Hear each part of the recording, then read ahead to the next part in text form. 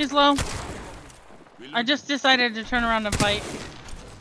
The Bloodhound is low. Behind you. Did you knock up? Am I burning to that? Oh.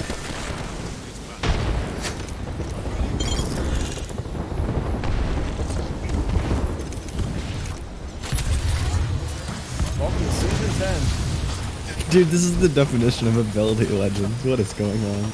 Yo, what's up everyone? In today's video, I'll be showing you all how to drop 4K damage with Seer in Season 10. I will briefly cover his abilities and discuss his strengths and weaknesses. I want to also give you some tips on how to play Seer and how to drop these high damage games with him. Seer is insanely strong. I will say, he is currently overpowered in my book.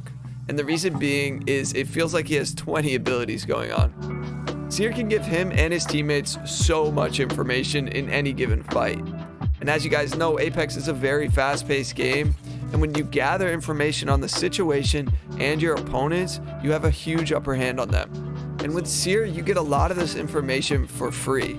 So when I say for free, I mean you don't have to do a ton of the legwork that would normally be required of you with most of the other legends.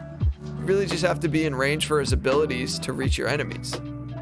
All three of Seer's abilities center around revealing your opponent's location. His passive, the heartbeat sensor, can show you if enemies are in range, and if your heartbeat sensor turns from blue to orange, orange means there's enemies in range and blue means there are none. If you refer to your minimap, you'll see how far your passive can reach in respect to the map. This tactical literally has like 6 abilities in one. Seer sends out a sphere, and if an enemy is within that range, their location will be revealed for 7 seconds. They will take 10 damage. Their health will be shown to you and your teammates. They get stunned with audio and visual clutter, and it briefly interrupts abilities and healing. It's crazy to me that Apex really gave him all of those abilities wrapped within one tactical. And his ultimate sends out all of these micro drones and creates a huge bubble, and that just constantly reveals opponents' whereabouts if they are within that range of the ultimate. It's basically a constant Bloodhound scan on them. If you guys are enjoying this video and want to hear more about Seer and how to use him properly, please smash the like button for the YouTube algorithm. This helps me out tremendously and will only take a second of your time.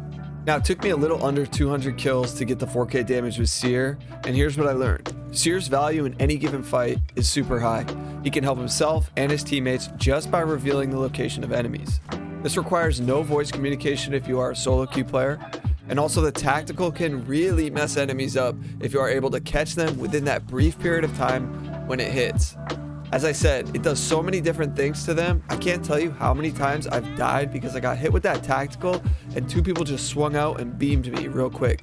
It really disorients your opponents and they're completely helpless for a couple seconds. I will say, if I tried to avoid the impact from his tactical and I moved out of the range from the sphere, I would still get hit by it. Now, I don't know if that mechanic is supposed to work like that, but essentially, even if you miss sometimes, the tactical still hits. And vice versa. Sometimes, when I launched my tactical and I had an orange circle like it was gonna hit, it wouldn't hit. So it's kind of wonky and messed up. And Seer is definitely a support legend, but he can still frag out, very similar to Bloodhound. And also, if you guys didn't know, Seer's recon, so he can scan beacons as well. If you're trying to get your 4K badge with Seer, my recommendations for drops would be Lava Siphon or Fragment. Those 2 spots draw the most teams in my experience, and you need to have a strong start generally when it comes to getting 4Ks. Now, this was pretty frustrating getting the 4K, I think because I wanted to get it much sooner, but I did have 2 games where one time I had 3,600 and the last team just ran to the storm and died, and then I had another game where I had like 3,750 and we just had to kill the last team and they just pushed us, so it was just no way to get the 4K really. So when you get that close, it gets really frustrating and you just want to get it. So the game I did get 4K, it was really sweaty, but it didn't feel like I had as many kills as the other games. But sometimes that's just how 4Ks goes. It's just strange, I don't know. So when you go for 4Ks, it's not always about the kills. You're obviously more focused on damage, so you can farm some teams, you could have kills stolen from you, you could thirst a lot of people. I mean, there's a lot of things that definitely don't make the kills add up to the damage sometimes. And there is something I've noticed with the launch of new seasons. The games feel a lot sweatier. So the last 2 seasons I've been playing with friends more and more because I've just been so burnt out on the solo queue experience. Although I do still solo queue, and getting 4Ks while you solo queue can be harder. it's a roll of the dice. You never know. But I would say, like yesterday specifically, it was really sweaty. So getting a 4K damage game is not something that's super easy. And you just really got to stay close to your teammates. I felt like this game we were running around constantly getting third-partied by like rampage guns, and like, you know, we didn't have enough ammo or heals. It was just a really scuffed game from the get-go. But what I want to do for the rest of the video is walk you through how I was able to stretch this game out and drop 4K damage with Seer. So right here in this part, I was thirsting 2 enemies on a different team and my teammates got third-partied. So I looked to come and help. Speeds and I knocked the lifeline, but then Speeds gets stuck. So I think it's probably just 1 left in my head. But then when I climb up, I actually see that it's 2 and this Gibby's going for the revive. I get some nice shots off the Gibby and the Seer. And I would like to challenge because I know it's just a 1v1 now, but I'm getting third-partied from Narnia with a rampage. So I back up and decide to heal. I figure if anybody's going to get shot, it should be the Gibby team. But that's not the case. So what happens is I have gold bags, so I just want to res my teammates. I look at the map and we have to rotate. So what ended up happening here was there was 5 squads left and I had 2k damage, and then 2 squads died really quickly back there. And I just was like, all right, this is going to be tough, guys. There's only 2 other teams left. I need about 1900 damage. And we're all down bad on loot. Like, we all have limited ammo. And I mean, it's just not ideal for trying to get 2k damage off of 2 teams.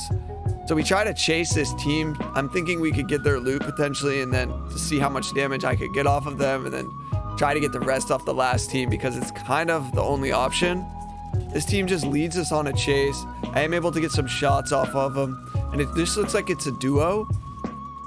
So they fry me, so I just heal. I tell my teammates like, yo, I hit them for this amount, and then they're gonna clean it up. This team's gonna take the geyser and they're gonna split. They obviously were solo queuing. They were not on the same page. So we're gonna push up here, and you'll see how I use my Q right when it hits orange. I hit him for 10. I can see how low he actually is. Hit him for flesh. My teammate knocks him. So we're gonna go thirst him, get that extra 100 damage for thirsting, and then check out what he has for loot. He also didn't have much. I end up finding a triple take, and then this is the last team. The last team ended up killing the other solo. So we just farmed them, really. Like, they're stuck out over there, and I have a triple take, so it's the best option for me. Anytime you go for farming damage, you want to consider like 3 things: your resources, your positioning, and the enemy's positioning. Now for us, we're in the circle. These guys need to rotate in. Now, it's a pest of a team because they have a rampart and they're setting walls up and doing amped damage. They have rampages and like single fire hemlocks. So the advantage we had was they're ultimately really split. So I tell my teammates, watch over on that rock where the Wraith is. I'm going to try to take out these 2 that are rotating across the bridge. They're not going to have much cover, and the zone is right behind them. I end up doing a good amount of damage to this rampart. I know she has to heal. The Hemlock kid just trying to fire away at me. And I know my teammates don't have a lot of ammo or long range guns to help me shoot here, which is fine. But that just means more people are shooting at me at this moment. As you'll see, I'm farming some damage off this team. They have heat shields, or else they would definitely be dead, because that's round 3 zone. And so I do the more passive thing. I let them rotate, because I look at how much damage I need, and honestly, I was trying to get this like for the majority of the day yesterday and being super close. I was like, if I'm gonna get this close, I'm just gonna see it through. If it doesn't work, it doesn't work, but I don't need another 3k. So we let them rotate, and the zone ends up pulling to geyser, so this worked out well. Basically, what I wanted to do is just draw this fight out a little bit longer to ensure the fact that I'd get 4k damage on them. A lot of the times when you're playing, you think you could just run up and try to fight this team all up in their face, but what happens is you run up and 2 people shoot you and just knock you, and then it's a GG. So I always get really cautious and just secure the fact when I'm actually trying to get these videos to get the 4k. But anyway, my teammate Speeds gets a knock on one, but they Seer ultimate, so they would know if we pushed up. And they had rampart walls set up back there. So even if we did push, I didn't think it was going to be a smart one. I saw that the zone was starting to pull towards the building, so I shift down to draw out a better angle. I hit the Seer for 105 there, and I'm going to throw my tactical in here in a moment. Just making sure that the Wraith is still up there and it's not all three. Now I only hit the Seer with this tactical, but my teammate tells me there's 2 in there. So what I do is I wait. I don't want them to double team me. So I try to work an angle on the Wraith while my teammates focus on the team inside. But I keep falling off this roof and it's just not working out that well. I see that the 2 swing on the door. My teammate goes and holds it, which is a really smart move. They end up pouring out. I get 90 off on the rampart, but I get beamed with an arc star. And so I pop some cells. The Wraith is still holding with a triple take.